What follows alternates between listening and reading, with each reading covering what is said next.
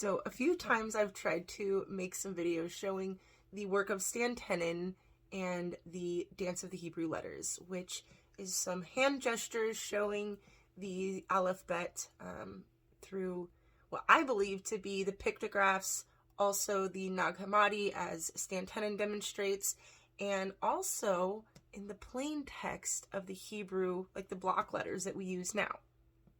Sounds crazy, but I'm going to show you what I see in each one of these things, and I think this is really beautiful.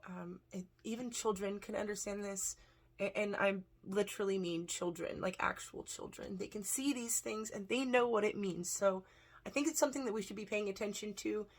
There's actually some people right now on YouTube who are doing Zoom meetings.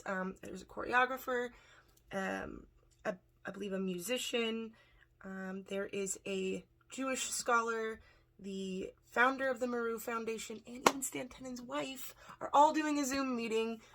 Every couple of weeks I see a new video popping up, and I absolutely love it. I love seeing Stan Tenen's work still going out there and pushing through. So I want to show you some of the letters that I have already kind of gone through, and then the ones that I hadn't gone through yet, just to kind of help you guys see. I'll try to include more pictures this time and not use any filters, so that way you can actually see what I'm talking about and we can explore this together. Okay, so the first one is the Aleph, and the Aleph looks like this. This is in the plain text of the Hebrew, and I would like to also add, I don't think this is just Hebrew. I'm fully convinced of like Edenics, which kind of connects all of the languages together, but that's a conversation for a different time. For now, I'm just going to show the block letters or the plain text Hebrew that we use now, and the pictographs. So the Aleph is an ox head, and it depicts horns. So things like a stag, things like an ox, a bull, any of the different things like that, they're showing a headship, who you are yoked to. Usually when the ox are put together, the younger ox will learn from the older ox, and it kind of sets the pace. It's who we are learning from, what we are being taught, and also teaching sometimes. There's another letter that's used more for like the learning portion of it, but this one specifically is talking about a leader, someone who is leading you and teaching you by their example. Now that could be a bad leader or a good leader. It kind of depends on who your resh, your headship is. So the Aleph is, it's so beautiful, but we're always going to take 2 cups. So I want you to think of the 2 cups are always going to be filled. Think of like a chalice. This is the one thing I've learned to do with these pictograph hand movements. I see, or the Hebrew hand gestures, I see a chalice.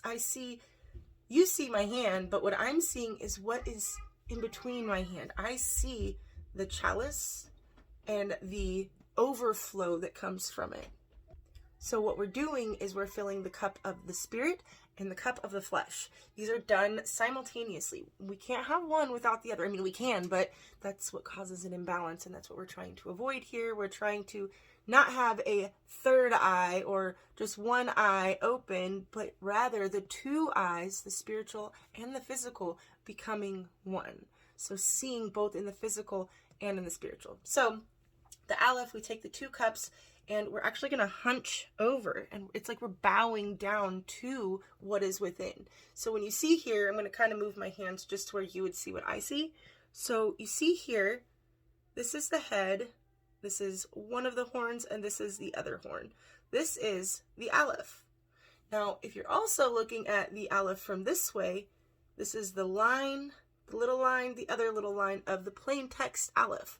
So when I'm looking in, what I'm doing is I'm pouring, so we're still seeing those 2 cups, pouring those cups within me. I'm looking at the darkness. Sometimes the horns would depict like a light shining through, because you're being taught. If I'm being taught by who I consider God, and he's shining his rays upon me, they will, like the Moses. We heard that Moses had, his face was shining about so much. Well, they depict Moses a lot of the time with horns, representing that he was in the glory and shining the glory from his leader. Also, what this is showing, so the Aleph and the Ta is the beginning and the end, the Alpha and the Omega.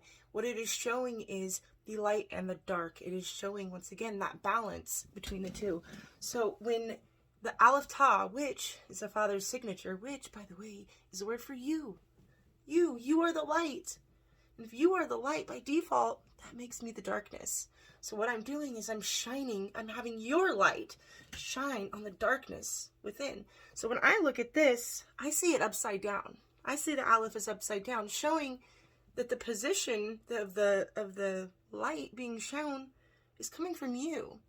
It is you who will be illuminated, and I who will put myself into the position of the shadow, which is why we are hunched. We are hunched over. We are bowing down to what is within. Now, if you haven't figured out, each one of these are going to end up telling a story. The story, amazingly, can be broken up and re-put together and still always says the same thing. So, the first one, the Aleph, we have the 2 cups filled up, the cup of the spirit and the cup of the flesh. And we're shining the light and pouring the cups within ourselves. Because you'll learn by the end of this is going to be a cycle. This is our cycle. It's just going to continue on. Another good part to show that the reason that we're doing it at our stomach, the stomach is where your ego resides. It is where the enemy truly is, because the enemy isn't a big boogeyman out there coming to get you. The enemy is you. It is not you, but me. I know that might be hard for some people to grasp. I literally have had people worry that I think that I'm the devil completely. And that's a yes and no. Yes, I am my own devil, but I am not your devil. I hope that resonates and makes sense with the majority of you out there. But the Aleph is here to show us who our headship is, to look deep within yourself and to put our ego into the place that it belongs, which is the pit of your stomach. We swallow our pride, right? We swallow our pride and we put the ego, the devil, the enemy, into the fiery pit, which is our stomach, your solar plexus, the place of the DMT, the Dalet Mem Ta, the 444, the death and rebirth. But we'll get to all that later. So the Aleph is represented by 1, but it's also represented by 1,000. 1 and 1,000.